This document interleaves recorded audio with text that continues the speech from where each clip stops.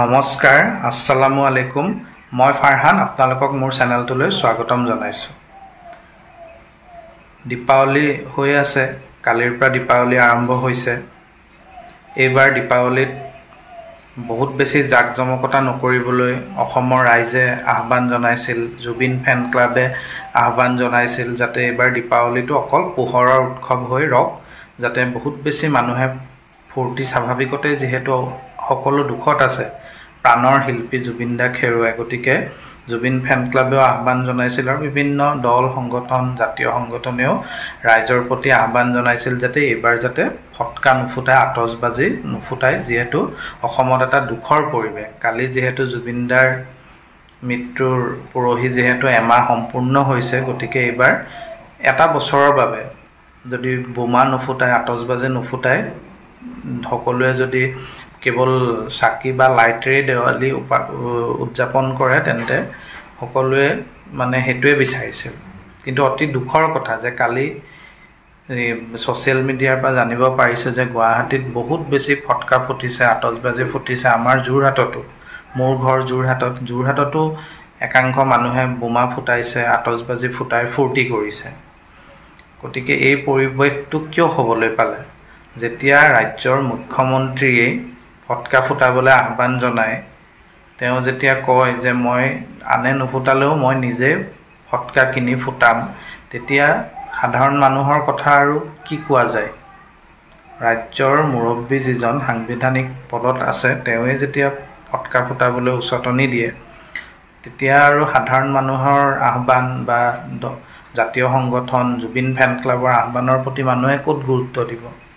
আৰু কালি সেয়াই হ'ল যে মানুহে হাজাৰ ইমান বাধা দিয়াৰ পিছতো, ইমানখিনি দুখত আছে মানুহ, স্বতঃস্ফূৰ্তভাৱে অসমৰ ৰাইজে বা অসমীয়া যিসকল মানুহ তেওঁলোকে ফুটোৱা নাই, কিন্তু যিসকল বিহাৰী, মাৰোৱাৰী আৰু খুব কম সংখ্যক অসমীয়া মানুহ, যিসকলে হয়তো জুবিন দাক ভাল নাপায় বা নিজকে হয়তো অসমীয়া বুলি নাভাবে, তেওঁলোকে কিন্তু কালি আতচবাজি ফুটাই ফূৰ্তি কৰিছে, বোমা ফুটাইছে। যোৰহাটত কালি ৰাতিলৈকে বম ফুটি আছে।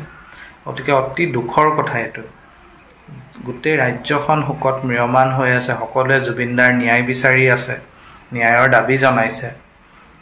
গতিকে তেনেকুৱা এটা অৱস্থাত আকৌ আতচবাজি ফুটালে। আৰু কালি এটা বহুত ডাঙৰ ঘটনা ঘটিলে। প্ৰতিদিন টাইম চেনেলৰ সাংবাদিকে ফাঁচী বজাৰত আতচবাজি ফুটাই থকাৰ বাবে তেওঁলোকে বাতৰি পৰিৱেশন কৰিবলৈ গৈছিল, আৰু বাতৰি পৰিৱেশন কৰি থকা অৱস্থাত তাত কিছুমান একাংশ উদণ্ড সুৰাসক্ত যুৱকে প্ৰতিদিন টাইমৰ সাংবাদিকক আক্ৰমণ কৰিছে। অন কেমেৰা সেই আক্ৰমণৰ ঘটনা সংঘটিত হৈছে।